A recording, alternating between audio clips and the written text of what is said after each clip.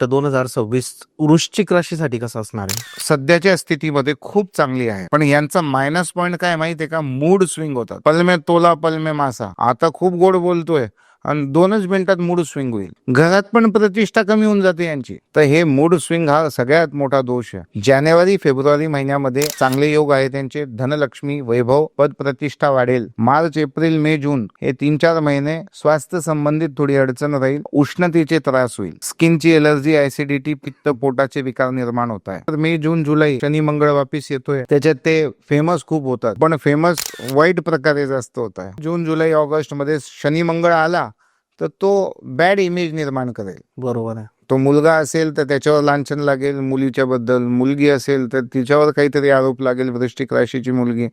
August, September आणि October मध्ये वृश्चिक राशीवाले जितके लोक अडकून पडलेले त्यांचे लग्न जमणे, मोठं जॉब लागणे, गव्हर्नमेंट जॉब लागणे या शक्यता खूप अधिक आहे त्यांना. एकंदरीत पाहिलं तर हा वर्ष वृश्चिक राशीवाल्यांसाठीही खूप चांगला आहे. तर वृश्चिक राशीवाल्यांनी लाल रुमाल खिशात ठेवणे, तांब्याचा कडा उजव्या हातात घालणे पुरुषांनी, स्त्रियांनी डाव्या हातामध्ये तांब्याचं कडं घालून घ्यावे. 2026 मध्ये गणपतीची उपासना अधिक करणे, मसूरची डाळ थोडीशी आणि गुळाचा खडा गणपतीच्या देवस्थानात जाऊन ठेवणे, दर मंगळवारी उपवास करणे. मंगळ बलवान राहील. मी म्हंटल ना 2026 कोणाचा आहे? सूर्यदेवाचा. मग सेनापती कोण आहे? मंगळ. आकस्मिक धनलाभ होत नाहीये, कष्टाचाच पैसा मिळेल. पूर्ण व्हिडिओ बघण्यासाठी YouTube वर जाऊन बँटर विथ चेतन सर्च करा.